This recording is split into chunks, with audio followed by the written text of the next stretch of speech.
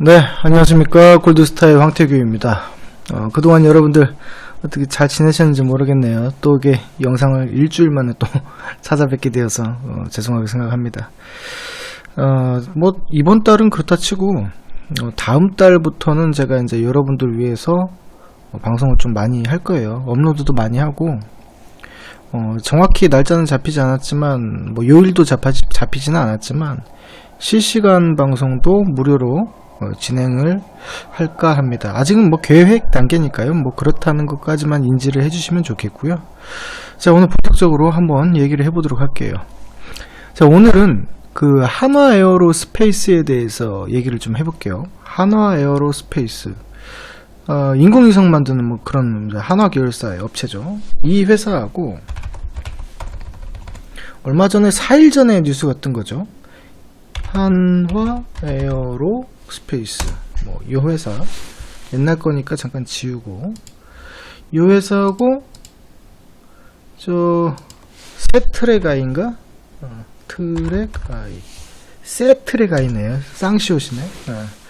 이 회사하고 합병이 아니고 그 한화가 에어로스페이스가 세트레가이의 지분을 30% 인수를 한다라고 4일 전에 목요일날 얘기가 나왔죠. 그래서 이제 급등을 한번 한 흔적이 있는데, 요거에 대해서 좀 말씀드리려고 해요. 뭐냐면 그냥 한화라고 통칭을 하겠습니다. 쓰기 힘드니까.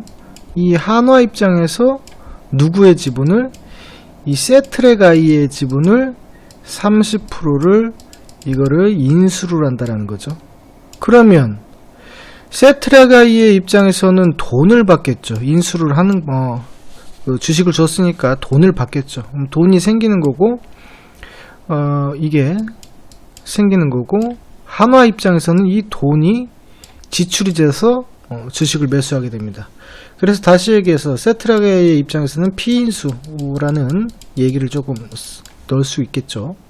그러면 결과적으로 이 세트레가이의 입장에서 이게 호재가 될 수 있겠죠. 어찌됐든 이 돈이 생겨버렸기 때문에 이 돈으로 추가적인 사업을 한다든지, 또는 뭐를 할 수 있을까요? 공장 증설이라든지 설비 투자 뭐 이런 거 등등등 할 수 있겠죠. 그리고 한화의 입장에서는 처음에는 단기간적으로는 뭐를 합니까? 자금이 회계장부상 자금 이탈이 나오게 되지만, 결국 주식을 획득함으로 인해서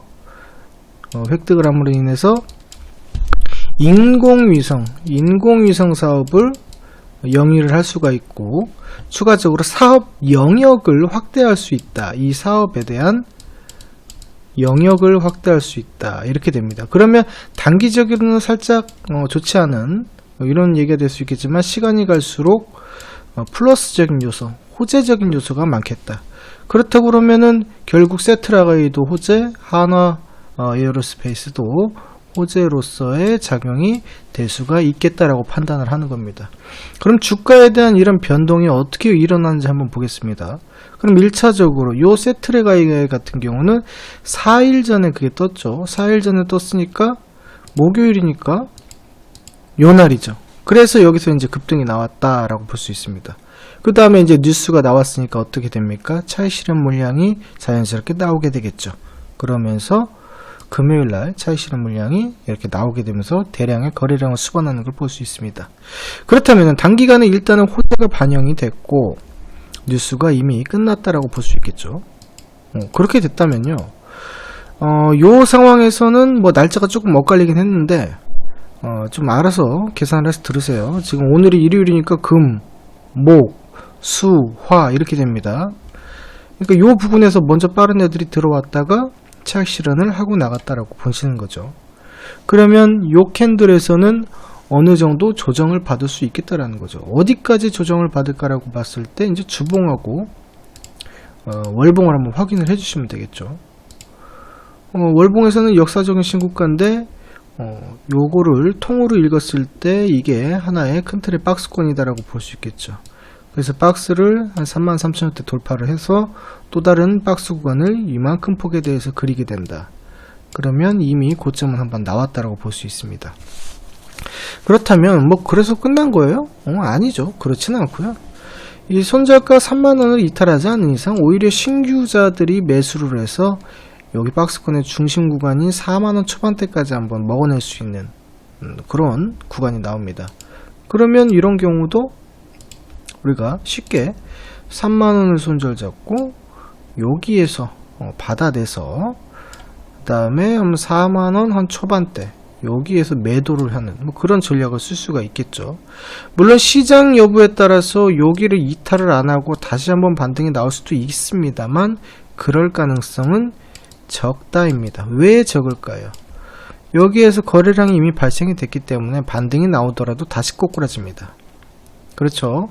그래서 요렇게 급하게 따라가지 않고 밑에서 잡아놔도 충분히 승률이 올라갈 수 있다라는 거 생각을 해주시면 되겠죠.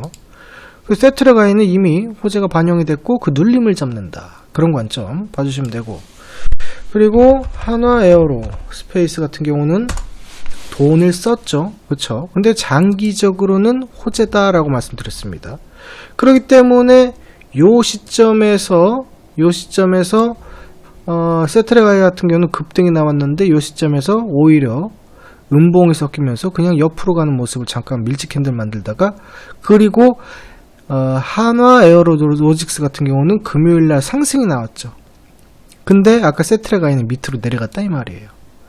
이제 여기에 수급세는 눌림을 잡는 세트레가이는 눌림을 잡는 게 맞는 것이고, 이 한화 에어로스페이스는 돌파를 잡아서 들어가는 게 맞는 것이다 라는 거죠. 우리가 일전에 그 테마에 대해서 제가 말씀드릴 때 테마에 대한 순환매를 말씀드린 적이 있습니다. 안 나시면 앞에 영상 보시면 됩니다. 그때 한참 코로나 바이러스 얘기 나왔었다니까. 어찌됐든 이렇게 돼서 이 두 회사에 대해서 이 상관관계를 보시더라도 눌림에 잡아서 들어간 놈들이 있고 돌파에 잡아서 들어간 놈들이 있다라는 거죠. 극명하게 다르다라는 거죠.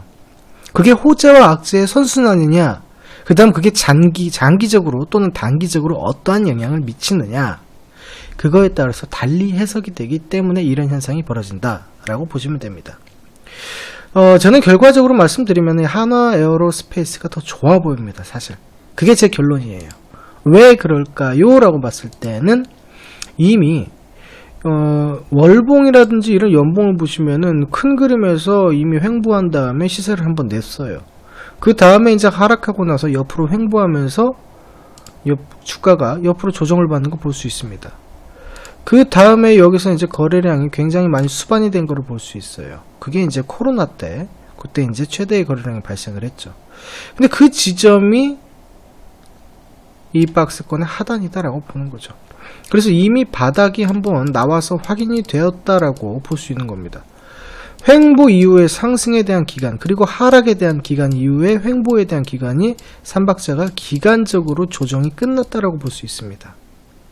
그래서 이런 경우 같은 경우는 이 박스의 상단 6만원까지도 한번 볼 수 있는 자리가 마련이 됐다라고 보시면은 명쾌한 해석이 될 수 있겠습니다.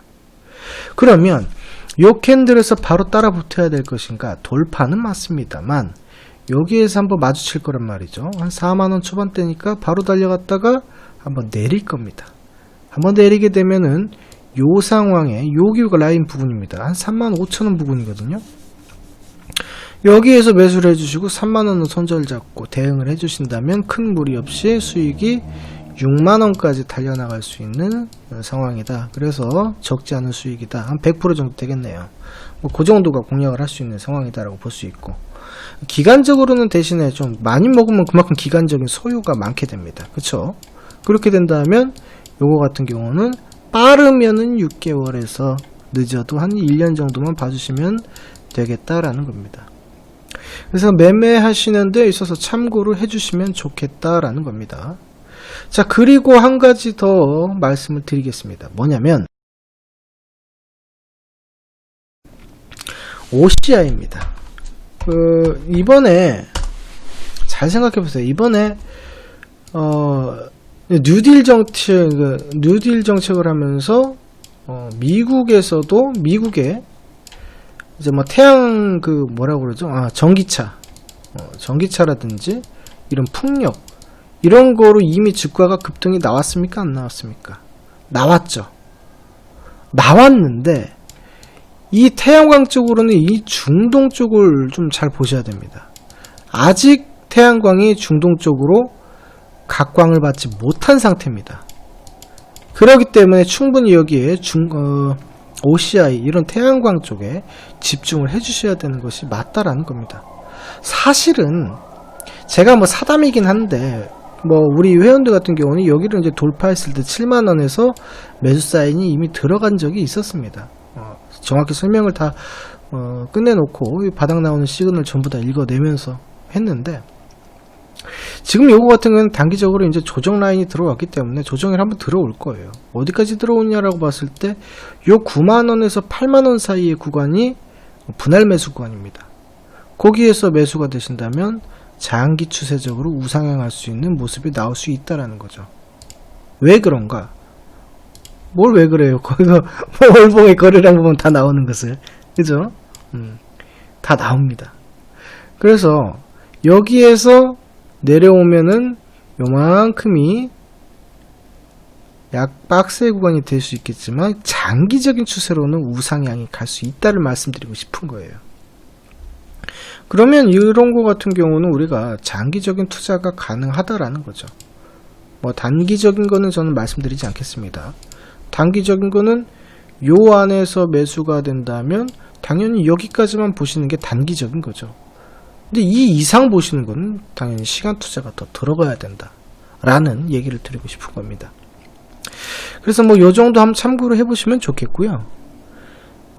제가 뭐 이렇게 설명을 오늘 3가지 드렸고, 일전에 그 삼성전자라든지 뭐 현대차라는 거, 이 종목을 제가 다 언급을 드렸었어요. 익절을 다 해서 수익을 다 챙기셨기를 바랍니다. 지금 뭐 조정 단계에 들어와 있기 때문에 일단은 제가 말씀드린 가격 라인까지는 전부 다 목표 달성을 했으니까 한번 수거를 하시고 획득을 하시고 나중에 한번 다시 보는 걸로 하시면 되겠습니다. 자, 지금까지 골드스타의 황태기였습니다. 감사합니다.